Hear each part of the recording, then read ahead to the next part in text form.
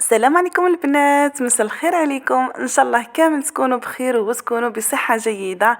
مساء الورد والشوق والحنين لاغلى متابعات ومشتركات على قلبي. طليت عليكم بهاد لا فيديو اللي هي بزاف خفيفة ومتنوعة. اكيد رايحين تفرحوا معايا شوية ورايحين تزيدوا تاثروا شوية. تبعوا معايا للاخر هكا باش تشوفوا كل شيء. بالمناسبة، هادو الازهار راهم نتاع ماما، راهي تموت على الورد، يعني خلي برك. شتو قيسوها في عينيها وما تقيسوهاش في الورد نتاعها. واي واحد يجي هكا يزيد يطمع فيهم يقول لها قصي لي نحي لي، المهم. ومرات يدبلوا لها كل مره كيفاش. وانتم واش حوالكم، واش مدايرين فيها مع جماعه الباك؟ ان شاء الله يكونوا ولادكم خدموا ولا خاوتكم. المهم حبابكم كامل اللي يفوتوا الباك ربي ينجحهم وربي يقدر والديهم ان شاء الله، وربي يعطيهم الكوراج باش يكملوا المشوار نتاعهم الدراسي. واكيد هذه هي الدنيا طيحه ونوضه حبيباتي. بسم الله على بركة الله، رايحين نبداو في لا فيديو نتاعنا.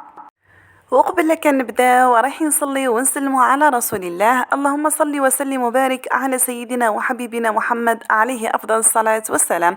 حبيباتي يلا هي الفحلات نتاعي، روحوا ديروا لي داك الجام وخلوا لي تعليق شباب، المهم باش تشجعوني وتدعموني كما انا راني نشجع فيكم. وبلا ما ننسى اللي راهي دخلت جديده غير تابوني، ما رايحاش تندم علينا كامل. المهم حبيباتي واش رحت درت اليوم؟ رحت خرجت كامل الشيء اللي في الفريجيدار رايحه نغسلو، باسكو جبت هكا شحال وانا غايبه على داري، وراجلي مره على مره كي يجي هكا. راكم تعرفوا الخدمه نتاع الرجال، يعني هو منظم على كل حال، الشهاده لله. بصح الفريجيدار تلمو غبت عليه بزاف. راكم تعرفوا مرات حوايج ساحولو هكا ما نظفهمش، كان اللي نظفهم وشويه. راكم تعرفوا. المهم جيت باش ننظف معاكم الفريجيدار، خرجت كامل الشيء اللي فيه وجدت الصابون والماء، بلا ما ننسى الجافيل. كي نكون هكا في داري ما نغيبش عليها، يسمى راني دايره هكا التقسيمات تنظيمات. كيما الفريجيدار التنظيف العميق نتاعهم دايرات له كل شهر. بصح هذاك نتاع المسحه راني نمسح يعني شاك جوغ ولا يوم على يوم تلقيني نمسح. ما نحبش نخليه هكا يخمج لي ولا. كل شهر هذيك نحب ندوب الثلج هذاك اللي في الكونجيلاتور، راكم تعرفوا باش الحاله ما تتنظم. وخرجت كامل الزجاج اللي في الفريجيدار، ومام هذاك القجر اللي من تحت جريتهم كامل وشللتهم بالماء وخليتهم يقطروا هكا باش كي نكمل من الفريجيدار نلقاهم نشفوا. وهكا باش نرجع كل حاجه لبلاصتها ونرتب اي حاجه نرجعها لبلاصتها باش ما تبقاليش الكوزينه مرويه. المهم حبيباتي وانتم كيفاش راكم مقسمين الوقت نتاعكم؟ حبيت نبدا معكم في موضوع ان شاء الله كامل تاخذوه بعين الاعتبار، واكيد رايحين تستفادوا بزاف. موضوع هذا على كل حال ما يعنينيش، بصح هكا راكم تعرفوا حنايا النساء ولا حنايا البنات المواضيع هذه كي شغل ناخذوا منها ولو عبرة صغيرة. باسكو بزاف الأخوات راهم عايشين في الوضع هذا اللي هو كيف تتعاملي مع الرجل العصبي. الرجل العصبي هذا أكيد انتي حبيبتي ماشي في دقيقة وضحاها راح ديري البوسيبل نتاعك باش تبدلي له العقلية ولا باش يولي هكا تمشيه كي الخاتم في الصباح. لا لا حبيبتي، الزواج هذا ولا الزوج راهو يبدا تولفيلو بالعقل بالتدريج. حوايج هكا سلبيين، حوايج مش ملاح، حوايج يديرهم لك انتي تعرفي كيفاش تتعاملي معاه باش يبدا ينقص منهم. الا كان هو عصبي وانتي عصبي والعناد هذاك والعياط والولاد في النص، اكيد ما رايحاش تكمل على خير.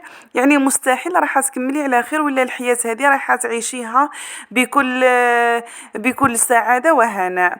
لازم واحد ينقص، بصح كي تنقصي عارفي كيفاش ديري الجانب الايجابي في الحياه نتاعك اللي يعطيك هذيك الاشراقه وهذاك الامل باش تواصلي وباش تعيشي في الحياه الزوجيه نتاعك. كاين الراجل اللي يحب يفرض روحه، يعني في امور الدار، في امور تافهه، في امور كبيره كامل يحب يقول لك لا لا لا لا هذه ديريها هذه ما ديريهاش. واكيد احنا رانا كامل نزعفو ما يعجبناش الحال وكل شيء، بصح انتي حاولي بذكاء كيفاش تتعاملي معاه.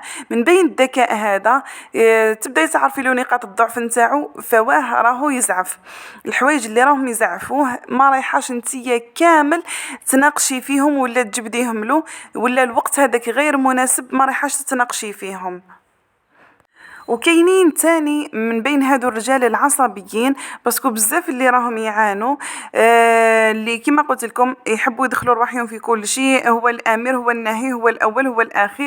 وقبل كان نكملوا في الموضوع نتاعنا، حبيت نشارك معكم هذه الوصفه اللي مشهوره بها ولايه ميلا، سيرتو في فصل الربيع، في الفصل اللي يوجد فيه الفول. الله الله، هذا يقولوا له رفيس نتاع الفول، يعني وحد البنه. واش نحكي لكم واش نحكي، هي يعني خطوات بسيطه مقادير بسيطه بصح بنه عالميه. نتمنى منكم نتوما تاني تجربوه وترجعوا لي في الكومنتير. هذه هي الطريقه، حاولوا كيفاش تشوفوها برك باسكو راهي مبسطه. المهم حبيباتي، نرجعوا للموضوع نتاعنا اللي هو موضوع شيق وطويل عريض، اكيد ما راحش نفصل فيه بزاف في هاد لا فيديو، وان شاء الله تكون فيديوهات قادمه رايحين نهضروا عليه اكثر. اذا كان عجبكم الموضوع تاني راسلوني باش نكملوا فيه ونحاولوا كيفاش نلقاو العلاج ولا الحلول مع بعضنا. والحاجة المهمة اللي نحب ننبه بها أي أخت راهي تسمع فينا، لازم تعرفي نقاط الضعف نتاعو والشخصية نتاعو، يعني كي شغل تسمى نوع الشخصية نتاعو، باش تعرفي كيفاش تتعاملي معاها. باسكو اذا كان نرجسي العصبيه ديما تتبع الشخص النرجسي، هذه ما فيهاش هضره، هذه راهو يحب الانا، شتو الانا العليا، هذا هو الراجل اللي يحب روحه بزاف، اللي كي شغل تدخل فيها الانانيه، ديما يرجعك انت اللي غلطه، وانت اللي فيك، باش يحسسك باللي انت ما عندكش الثقه في نفسك، وباللي هو فور عليك وهو ديما يفهم وانت ما تفهميش، باش يخليك ضعيفة الشخصية وما عندكش الثقة خلاص في روحك، وما تقدريش ديريها في روحك وتقولي انا نقدر وانا نقدر وانا لا لا.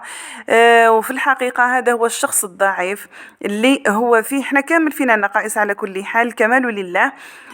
فيه النقائص هذوك اللي فيه هو مش متقبلهم، مش متقبل روحه، النقائص هذوك يحطهم على الطرف الاخر باش يحسسوا به باللي الطرف هذاك الاخر هو اللي عنده النقائص ومش هو.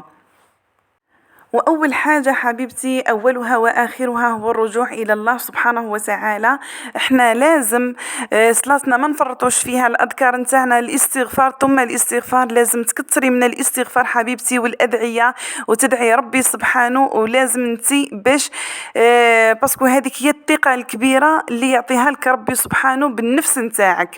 كي تولي طيقة بنفسك وباللي ما راكيش تغلطي في الراجل هذا وما راكيش تقصري في حقه ومن جهته، راهو ربي سبحانه راهو مساندك، ما تحسيش اصلا يعني بتأنيب الضمير، وربي يهدي كل زوج ان شاء الله. وهنا حبيباتي على بالكم باللي ولدي مسكين راهو مرض لي، طلعت له السخانه، يعني سبحان الله وانا وحدي في الدار، على بالكم باللي السخانه طلع له حتى ل 41 40 ونص. المهم على بالكم باللي الشميعات هذوك ما داروا له حتى حاجه، رحت تشوفوا كيما شفتوا، يعني ما عندي ما نحكي لكم، وحده الخلعه حكمتني.